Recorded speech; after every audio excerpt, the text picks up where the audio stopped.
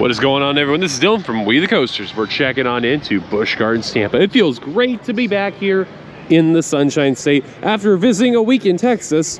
And yeah, feels great to be back here. So we gotta check out some things that are going on by the park, especially the Food and Wine Festival that's going on by. So without further ado, let's get started. So as you can see, all these green bumpers that are right over here and everything else that's all set up here, they are getting this set up at the time for spring break, and then they're also getting ready for a little bit of crowds later on down the road, as you can see right over here. I know spring break has been definitely very, very popular, to say the least, all around the parks, no matter where you go. We were at Fiesta, Texas, and SeaWorld San Antonio in Texas during their spring break. It was a little insane, but here we are in Florida, and yeah, so they got this all set up. They do have one side open for the metal detectors right over here, and this side they have randomly closed off, which is interesting to say the least. Now, one thing to keep in mind about the ride height check station is that anything at the 44-inch height requirement mark, that is all gone. So that is rather very interesting, to say the least, that is, you know, a thing there. And what still blows my mind is you look at Iron Gwazi. It's a 48-inch height requirement minimum. And then you got rides like Tigers, which is 54, and all this is 54 inches. And ironically enough, the other RMCs that are out there are 52 or 54. So you could ride Iron Gwazi first, right here, and it's a 200-footer, and the others are not even 200 feet. That's totally mental. Something to point out. Ah, to see such a familiar roller coaster that I always love riding. Iron Gwazi, which, holy cow, with the sun out, you could tell that paint is definitely faded. It definitely does not look like it's purple anymore. It looks like a super faded purple. It's like a ghostly purple. That is so weird.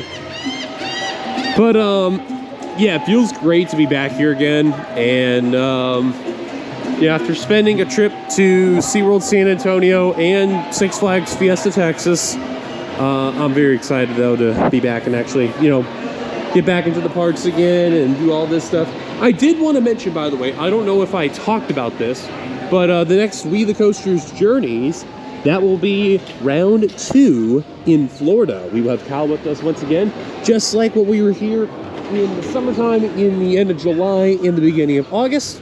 We will be back here, and that'll be a lot of fun. So having Kyle aboard will definitely be fun again. Hopefully, Kumba stays open. More on that when we get to that there, but fingers crossed.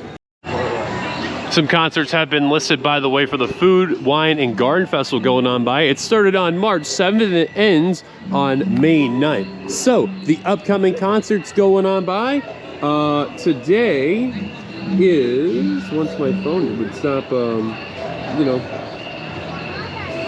cooperating with me here and actually would want to work. Today is March 26th, so the upcoming concerts coming on by. Warren G plays tomorrow, March 27th. Dylan Scott on the 28th, and Kansas, March 29th. Joey Fatone would be the following week, then the band Perry, and then El Gran Combo de Puerto Rico. Then we have Smash Mouth coming on by as well. Then Flo Rida, Air Supply, Bowling for Soup. Hanson is the to be announced on the Saturday, April 25th. Bow Wow and the Yin Yang Twins on May 2nd. Taking Back Sunday on May 3rd, and to wrap it all up on May 9th, Pop 2000 with Chris Kirkpatrick of NSYNC, which I love, by the way. They have actually misspelled NSYNC. That's funny. O-Town, Brian Cabrera, and LFO. So that's the concert line going on by. And yeah, and also the April 4th to be announced was Joy Fatone, so that was interesting. Well, Zagora Cafe has had a bit of a facelift over here. If you remember, this has been closed for a little bit, and you can see the lines that would normally be in here. Those are out the door, and they have these touch screens that are right over here, and they'll call your order. They also have the menu boards that are right over here. And what I also can see is they have a brand new food out here. They have buffalo chicken tenders right over here. It's $19.79. Platinum member price is $16.82. Still, that is way too much. But it's cool to see they got buffalo chicken tenders here. That's really neat. They still have the bacon double cheeseburgers and the bacon cheeseburger and the grilled chicken sandwich, but the regular burgers are not there. So that is very odd, to say the least, why they got rid of the regular burgers, but they kept the bacon burgers. Interesting. And the former bar that was right over here, that was removed, and now they have the drinks you can get right over here. So they have 4 right over here. And I feel like the true test that's really going to be imaginable is when the summer kicks in. I can only imagine how that will be. But if you remember from back in the day, the lines here would be so crazy over here. They would just line up like crazy over here during like peak season. But this is an interesting change. It's definitely different. So will it work? We'll see. Iron Gwazi you could see right over here. It is currently right now a 25-minute wait, and yes, the paid lockers are still a thing. But as you can see, it is still running right now, which is good to see. However, it definitely needs a paint job. It has definitely been super faded. Paint and painting, come on down. The Busch Gardens Food, Wine, and Garden Festival, as I mentioned from before, is going on by. As you can see, this has definitely changed up a bit. Of course, when we were last here, it was under Mardi Gras, and they have a brand new photo op right over here. And of course, I do want to mention real quickly that obviously the event's not going on today, but we'll be here tomorrow. So just to make sure everyone is fully aware, to say the least. And then there they see the next 3 concerts shown right here.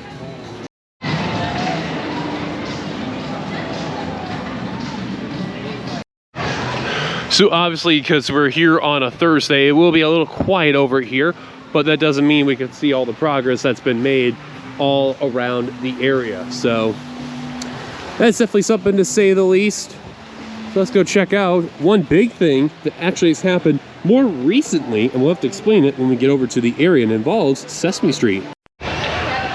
Now we're over here in the Sesame Street area, and keep in mind this, there is a lawsuit technically going on by between United Parks and Sesame Street. Now, they did have the walls covered up in the area here, but it looks like they have taken them down now.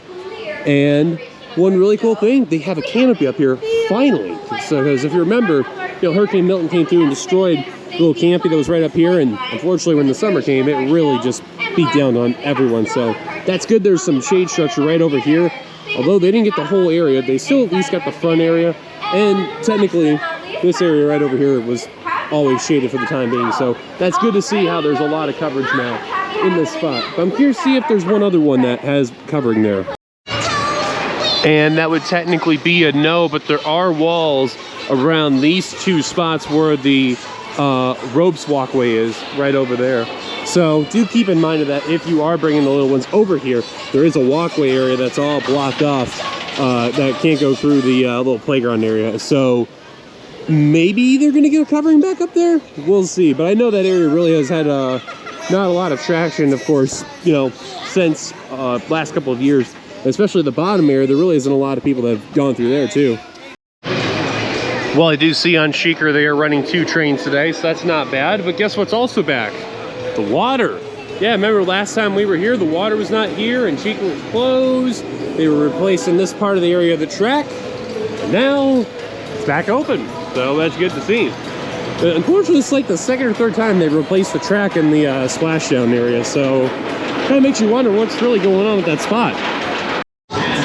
Keep in mind, as we're at the end of March, getting ready to head into April, the weather is going to get much hotter, so be aware of all the shade surroundings and the giant fans that are here. Literally, a Shikra's going on by.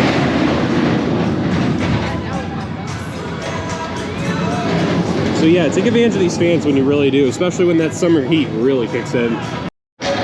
Shikra Drop has replaced its game. It used to be a little water gun game where you would shoot at the target. Now it's just throwing a ball at the metal cans over there.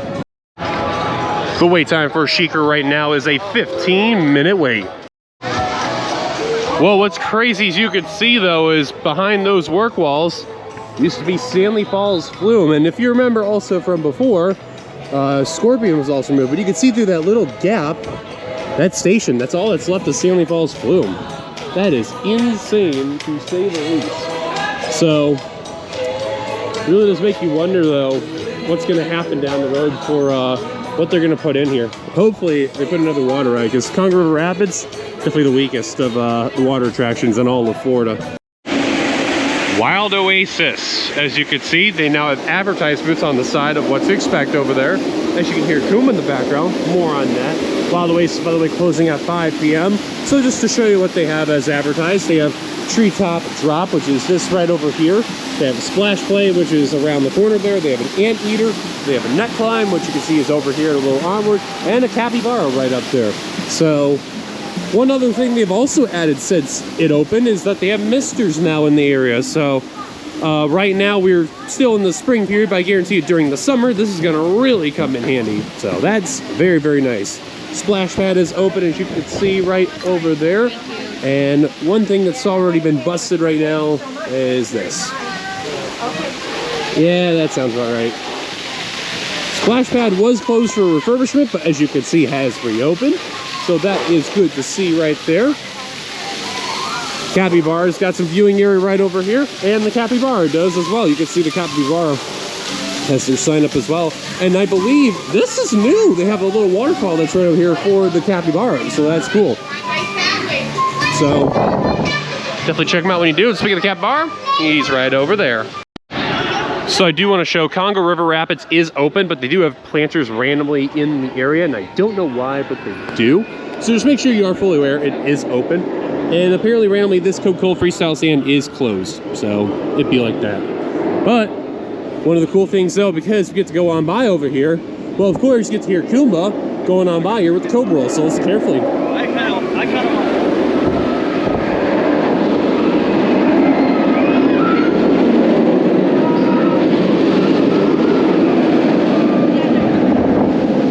just to see and hear that again, that is such a beautiful sight to say the least. And of course, it's great to see that the Mr. fans are working too, so that is really, really good. Now, in between the last visit we had and the current visit we were in right now, Kumba was closed for a brief bit of time because they were working on one of the rails over here by the Cobra roll. But as you can see, they got that fixed. I'm hoping that this ride stays open an extra month, so that way a good friend of mine gets to finally do the ride, because what was the one ride he did not get to do at Busch Gardens Tampa? Kumba.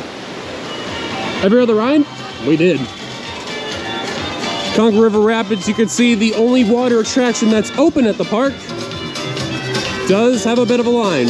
And to be fair, I wouldn't call it super hot, but it's not, you know, unreasonable. So just to let you guys know though, it is the only water ride left at Busch Gardens Tampa, sadly. And just to show you guys too that the water blasters are on today for Congo River Rapids. I know the last time I was here, I don't think Congo was on, and the water blasters of course were not on as well. But because the ride's open, they do have this uncovered, and it is to use.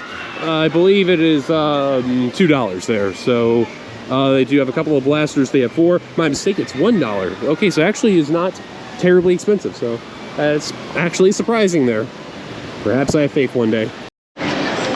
Well, the picture thing for Kumba's not working. Yikes. Photo op though is here, so that is really cool to see there, to say the least. And of course, the interlocking corkscrews that you can see right over here. One of the coolest photo elements you could ever find on any roller coaster, especially a B&M, especially this spot you can see right over here. By the way, right now Kumba is a 20-minute wait with one train operation.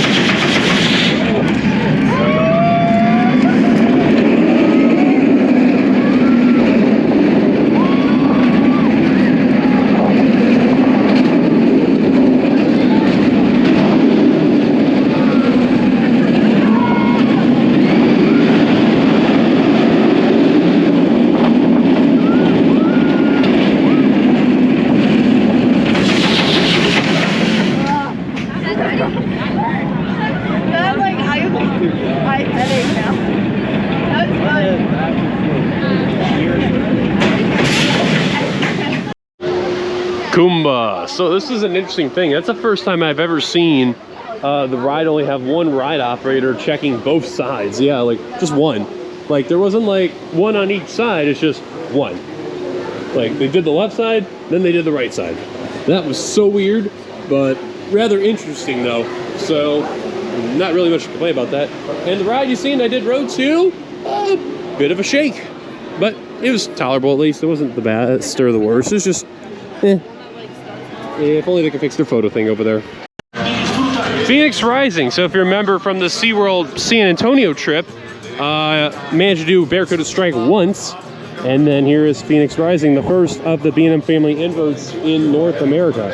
But one interesting thing I noticed here is that Phoenix Rising does not open with the park at 10 a.m. It opens at 10:30. And apparently you cannot put loose articles past the point of the queue. So they have different rules now for the attraction. Currently listed as a 10-minute wait, and you can see it's wrapped around the middle of the queue. Also, it looks like they've added some protective netting right over here around this region. This is probably for this wave turn right over here, as you can see.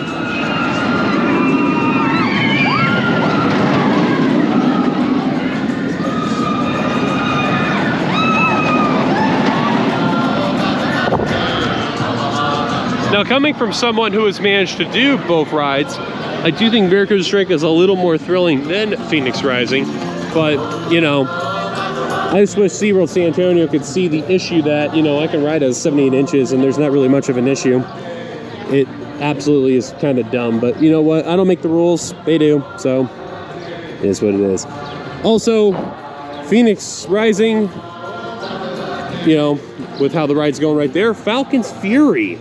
Oh my, they have taken apart a whole lot of stuff over here. Because you see the shell of the ride seats and all that. So you can definitely tell this is not open. Well, an attraction that's finally reopened is Cheetah Hunt, about time. And then work ensued for the new hyena and lion area right over here. So thankfully they have this area opened up a bit, but then they now have work walls around there. But you can tell they still got a long ways to go in this spot. And I hope they have really good shade structures coming on in. Now, funny enough, I did not think this area really needed a refurb. I thought it was fine as is. But if they're doing it to enhance the area, to give you great views of the lions and hyenas and all that, then honestly, I'm not too upset. And there's a really cool thing that I like over here where they have a lion over here, pick your team, and a hyena. It's rather interesting. Not bad. And in case you're wondering, they do have this area closed off over here, so you can't obviously go into that area heading towards Cobra's Curse and Matsu from there. This is rather new what they've put over here. They've blocked this area off and never noticed these over here. Interesting. Cheetah Hunt has finally reopened, and you can see they have put the wait time sign back on. Currently listed as a 20-minute wait. Although I really hope they can fix the restraint issue. This thing sucks. Looks like they have a random tent over here by the Stranglewood Realty haunted house that's right over here. I'm not sure as to why though. Although it does make you wonder if they're going to do something for like a random Friday the 13th. They'll just randomly have the haunted house open for one time. You never know. I doubt it, but just a thought. But they do have advertisement for 2026. Select nights September 4th through November 2nd with a QR code there. Another thing I do want to report, Cobra's Curse is also back open. Currently listed as a 30-minute wait. Iron Gwazi. I got 2 rides on it. 1 back row ride, 1 front row ride. That was excellent to see. Only 1 downside. 1 train operation. As also you can tell, dark clouds are really starting to form. So it's something to say the least. But they do have the pictures, which are technically right over here, around this region. But of course, a little bit of an odd placement to say the least. But you know what? I'm not complaining. So, it's what it is. But yeah, Iron Gwazi, man. That ride is just freaking phenomenal. Speaking of which, here she comes.